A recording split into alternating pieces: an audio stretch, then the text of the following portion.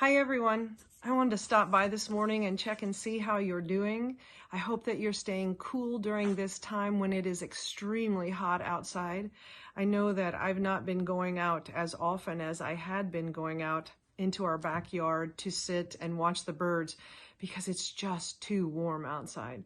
So I hope that you're staying cool. If you have any trouble with needing repairs on air conditioners or anything like that, please let us know at the church and we'll do what we can to try and help you with some of that. This morning, I wanted to share with you something that I ran across yesterday afternoon as I was studying.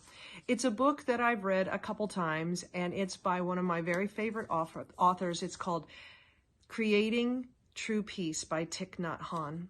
Thich Nhat Hanh is a Buddhist monk, and he is, as I said, one of my favorite authors. He wrote a book called Living Buddha, Living Christ that absolutely changed my life. And if you ever have a chance to read that book, Living Buddha, Living Christ, do that. Give yourself that gift and take that opportunity to read that wonderful book. I wanted to share something with you out of this that I think speaks particularly to the time that we are in right now in our world. In his chapter that's entitled, What is True Peace? He writes this: True peace is always possible, yet it requires strength and practice, particularly in times of great difficulty. To some, peace and nonviolence are synonymous with passivity and weakness. In truth, practicing peace and nonviolence is far from passive.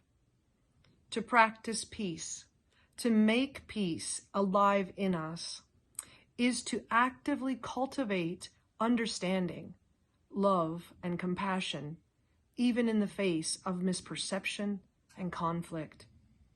Practicing peace requires courage. We've been in a time when it seems like everything in the world is not quite as peaceful as we would like it to be. In this time of great difficulty, sometimes it's hard to find strength and courage. Sometimes it's hard to find compassion and love and understanding.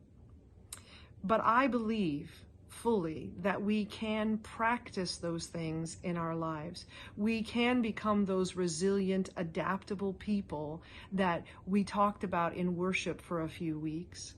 We can be ones who, in the midst of all hell breaking loose, we remain peace-filled. I know it's easy right now to say, when are we going to get back to our normal lives? When is this going to change? When can I do what I want to do?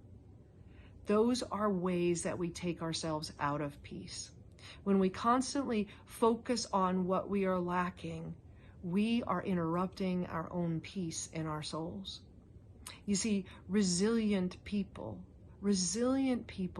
practice looking for the things that are bringing them peace, trying to understand, trying to be strong in the midst of all of the adversity that's going on around us. It's easy right now to find ourselves mired down in our worries and our fears and our complaints. But being people who practice peace are, for us, the ways that we can get through this very difficult time.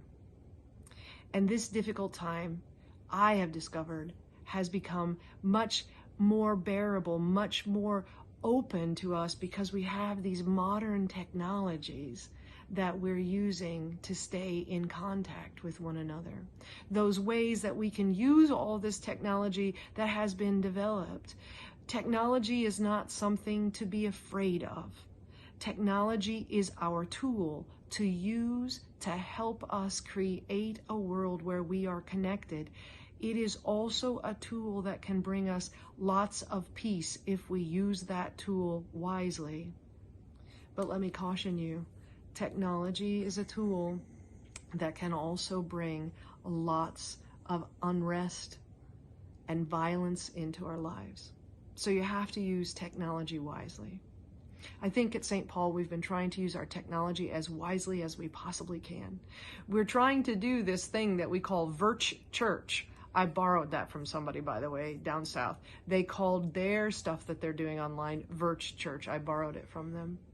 And we've been trying to create these groups that folks could come and be a part of, so you still get to see one another and be in connection with one another at church. We have worship on Sunday mornings, which we're now doing Facebook Live and YouTube Live. And last week we had a lot of folks on YouTube with us, as well as having folks through the Facebook feed. We do a prayer chapel on Wednesday nights where everyone is invited to come and share prayers and be in a time of praying for one another in our world.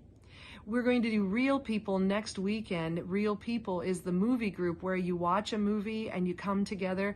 We're going to watch Bohemian Rhapsody, and then we're going to come together next Friday night on Zoom. We'll send out a link to Zoom for you if you'd like to be a part of that group. But I would like to know what kind of virtual groups might help you feel connected. We can create groups that are of a theme. Perhaps maybe you want to chat with somebody about knitting, or maybe you want to chat with someone about a television program that you're watching or a documentary. We can create those virtual groups, and we can make sure that people are still getting connected to one another beyond the worship services that we have on our online services. So I want to know what you want to do, how you want to stay connected with one another, and create that peace in your heart. Seek out that understanding of being together in new ways. I want you to feel peace-filled during this time, knowing that our hope is that one day we will be beyond this time of separation and be able to be in closer proximity, gathering with one another.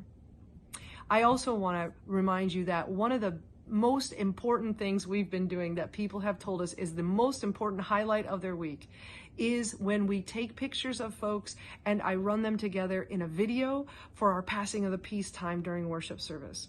We've been trying to do themes so that folks have a theme in the middle of the video, but really I just want you to send a picture to me of you, what you're doing during the week, of you and your loved ones, of you and your pets, whatever you want to send a picture of. Send it to me and we put it together in this video and we run it during the time of passing of the peace. And it's almost as good as being there, seeing one another and passing the peace of Christ to one another. I'm not going to do a theme this week. Just send me whatever picture you want to send me, and we'll put it in our passing of the peace video for this upcoming Sunday. We have, on average, about 35 folks that send pictures. Let's try to have 50 or more folks this week so we can all see one another.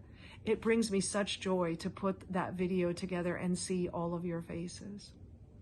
I know this is a trying time. I know this is hard on all of us. And I know that there are answers that we probably will never ever get to the questions that we have about why and how long this is going to keep happening in our world.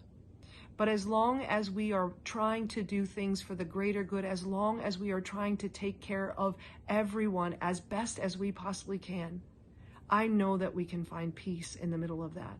And I know that our hearts can connect in that peace and be connected with one another in the Spirit, deep and whole together. If you need anything, please call me at 847-293-1108. Shoot me a text or give me an email at my private email address or the church's email, and I'll try and get back to you as soon as I can. But until I get to see you face to face, remember this. You are loved beyond measure. The God who creates us and loves us and sustains us holds us together in peace during this time. Have a great rest of your week, and I hope to see you in online worship on Sunday. Bye.